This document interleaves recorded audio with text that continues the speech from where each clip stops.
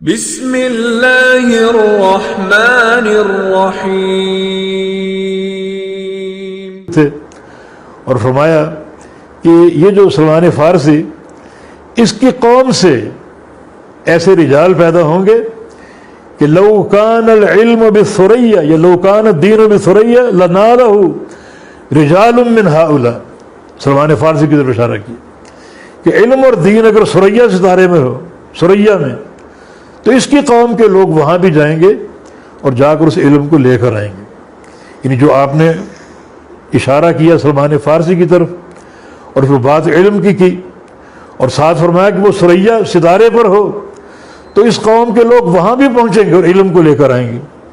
یہ ساری جو مواصفات یہ محدثین کو منطبق ہوتی ہے. محدثین وہ جماعت نبی علیہ السلام کی اور اللہ کے وہ بندے جنہوں نے بڑے دور دراز کے سفر کیے اور جہاں بھی علم اور حدیث موجود ہوئی وہاں پہنچے اور محدثین سے حدیث کا سماع کیا اور علم لے کر آئے. تو اس آیت کریمہ کی گویا کہ ایک عملی تفسیر اللہ کے پیغمبر نے پیش فرما دی. سائل کا سوال یہ تھا کہ یہ کون لوگ ہیں جو ابھی تک آئے نہیں اور آئیں گے؟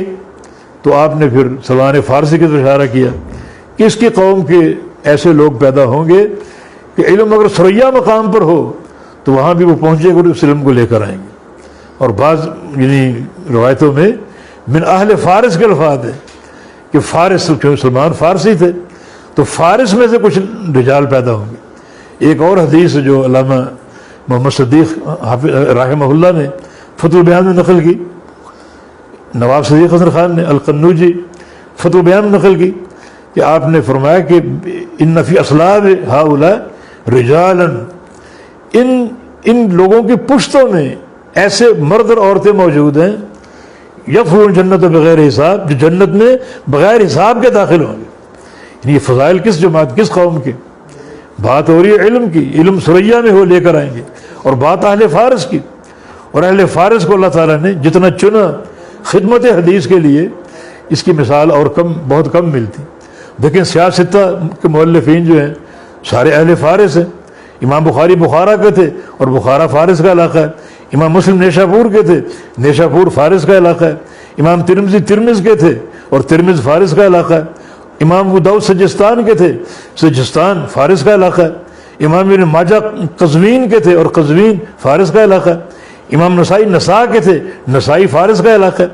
اس دور کے دو چوٹی کے محدث ابو حاتم الرازی اور ان کے ساتھی جو ہیں وہ بھی راضی مقام رے مقام کے، یعنی امام ابو حاتم اور امام ابو زرع دونوں راضی ہیں، دونوں رے مقام کے، اور رے بھی فارس کا علاقہ، یعنی چوٹی کے محدثین فارس کے. تو اللہ کے نبی کا فرمانا کہ اس کی قوم میں کچھ لوگ ہوں گے علم اگر ثریا مقام پر بھی ہو وہاں بھی پہنچیں گے، اس علم کو لے کر آئیں گے.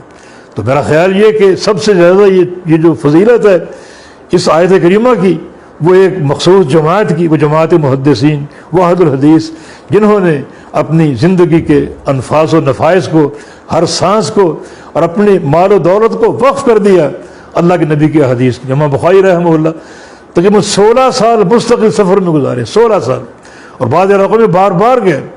جہاں بھی کسی محدث کا علم ہوتا، جو ثقہ محدث و صاحب عقیدہ ہو، وہاں پہنچے اور ان سے احادیث لے کر آئے. تو یقیناً یہ آیت کریمہ ایک فضیلت بہت بڑی ان لوگوں کے لیے جن کا تعلق اللہ کے پیغمبر کی حدیث سے ہے. اور یہ جماعت قیامت تک آتی رہے گی. یعنی اس میں ایک تعمیم اور ایک تخصیص. تعمیم یہ کہ سارے مومن اہل ایمان اس آیت کا مصداق ہے. یہ ابھی تک نہیں آئیں گے، وہ اپنے دور میں آتے رہیں گے، ان سے ملتے رہیں گے اور لڑی جو ایمان کی اس میں منسلک ہوتے رہیں گے. دوسرا تخصیص ہے، ایک مخصوص جماعت وہ جن کو اللہ تعالیٰ نے خدمت حدیث کا شرف دیا اور وہ حدیث کے ذریعے اس جماعت سے ملے. اور سند اس امت کا خصیصہ ہے، یعنی جس طرح سند سے جا کر ملتے ہیں اس کی یعنی مثال بہت کم ہے. وقت ہے بس آخری یہ بات ہم عرض کر رہے ہیں. یعنی دیکھیں بذریعہ سند کیسے اس سے ملتے ہیں. مثلا امام بخاری رحمہ اللہ ان کا جو دور ہے وہ قرن ثالث، تیسری صدی ہجری، اور صحابہ سے تقریباً 200-250 سال پیچھے. وہ اللہ کا فرمان ان سے ملیں گے ضرور. اب آئیے ہم بتاتے ہیں کیسے ملے.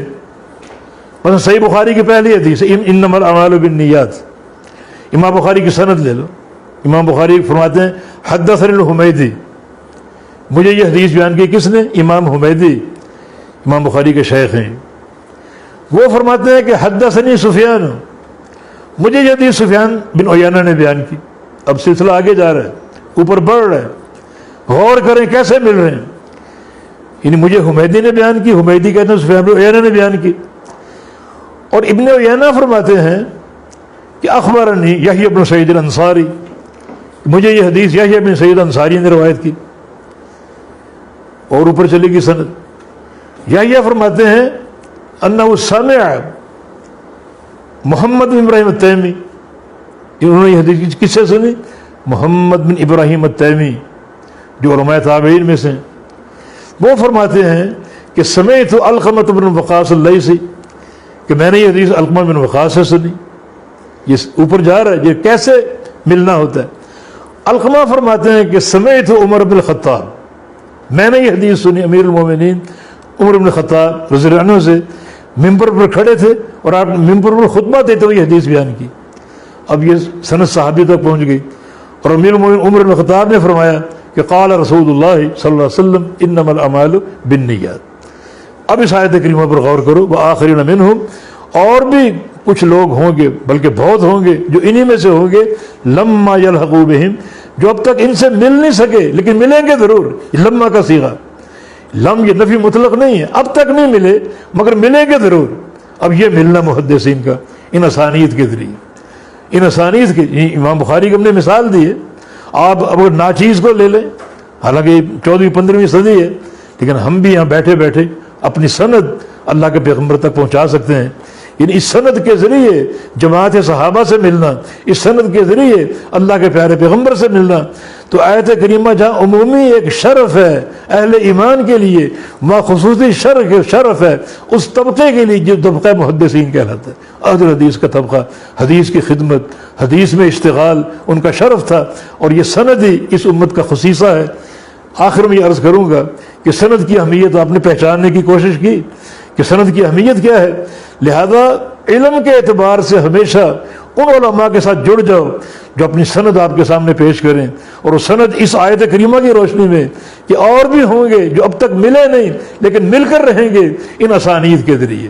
یعنی ہم اپنی سند یہاں بیٹھے بیٹھے اللہ کے پیغمبر تک پہنچا سکتے ہیں، متصل سند، سلسلہ عالیہ، ایک انتہائی روحانی سلسلہ جس میں حدیث کا پیش کرنا بھی ہے اور اس کا فہم بھی۔ یعنی ہم جو فہم پیش کریں گے وہ ہے جو اپنے اساتذہ سے لیا، ہمارے اساتذہ کا فہم وہ ہے جو ان کے اساتذہ سے ملا، ان کے اساتذہ کا فہم وہ ہے جو ان کے اساتذہ سے ملا، حتیٰ کہ سلسلہ چلتے چلتے تابعین اور صحابہ اور محمد الرسول اللہ تک پہنچ جائے گا۔ اور یہ ایک سلسلہ آمنہ، انتہائی مطمئن، پرامن، انتہائی پرسکون ہے۔ لہذا جو بھی کوئی داعی آتا ہے، آج کل بڑے بہروپی اس میدان میں موجود ہیں، تینوں آنکھیں بند کر کے ان کے پیروکار بن جاؤ، فلاں کو سن لو، فلاں کو سن لو۔ یہ تماشبینی ہوتی ہے کہ کیا باتیں ہو رہی ہیں۔ جو علماء آپ کے گھرانوں میں تھے، جن سے آپ کے باپ دادا ملتے تھے اور جو ان کا احترام بھی کرتے تھے، اکرام بھی کرتے تھے، جو مدارس معروف ہیں پاکستان میں، ہندوستان میں، اور جہاں بھی انہی علم اور حدیث کی خدمت ہو رہی ہے، ان کے جو فضلاء اور فارغ التحصیل علماء جو سند کے ساتھ آپ کے پاس آئیں گے، سند کے ساتھ حدیث پیش کریں گے، اور خام خواہ مجہول لوگوں کا، کوئی جہل میں بیٹھا ہے اور کوئی کہاں بیٹھا ہے، اور مجہول، نہ کوئی شیخ، نہ کوئی استاد، نہ کوئی سند، اور لوگ ان کے پیروکار بننے کی کوشش کرتے ہیں، اپنے آپ کو شیخ الاسلام کہتے ہیں۔ تو ہمیشہ اس سند کو، اس امت کے خصیصہ کو سامنے رکھو اس آیت کریمہ کی روشنی میں کہ اللہ تعالیٰ نے خاص طور پہ ان لوگوں کا ذکر کیا، اور اللہ کے پیارے پیغمبر نے یہ حدیث ارشاد فرما کر محدثین کی ترجمانی کی کہ فرمایا کہ سلمان فارسی کی نسل سے ایک قوم ہوگی، اہل فارس سے قوم ہوگی، کہ علم اگر ثریا میں ہوگا وہاں پہنچیں گے اور لیں گے۔ یہ محدثین کی جماعت ہے جو سال ہا سال چلتے۔ ابو ذر راضی کا قول ہے کہ لقد مشیت، میں چلا، کتنا چلا؟ 4,000 میل، 4,000 میل پیدل چلا ہوں میں طلب حدیث کے لیے۔ اور بعض محدثین کا قول ہے کہ 4 بر اعظموں میں گئے وہ طلب حدیث کے لیے۔ آپ میں سے کون گیا ہے؟ حالانکہ جہاز موجود ہیں، یعنی بر اعظم ایشیا، افریقہ، یورپ، امریکہ، کون گیا ان 4 بر اعظموں میں؟ چلو تجارت کی حجت سے کر لو، کون گیا ہے؟ مگر محدثین 4 بر اعظموں میں گئے طلب حدیث کے لیے۔ یہ اللہ تعالیٰ نے اس جماعت کو پیدا کیا اور جماعت کو شرف دیا، تو یقیناً یہ خدمت حدیث ایک عظیم الشان خدمت ہے۔ اور طلب علم کے لیے ایسی جماعت کے ایسے علماء کا انتخاب کرو جو اپنی سند کے ساتھ آپ سے بات کریں، ہر حدیث سند کے ساتھ پیش کرنے کی قدرت رکھیں، اور تاکہ یہ علم متوارث آپ تک پہنچے اور بالکل بے خوف اور مطمئن ہو کر۔ اللہ پاک توفیق دے۔ انشاءاللہ کل مزید باتیں ہوں گی پرسوں۔ بارک اللہ فیکم وصلی اللہ علی نبینا محمد وعلی آلہ وصحبہ واہل طاعتہ اجمعین۔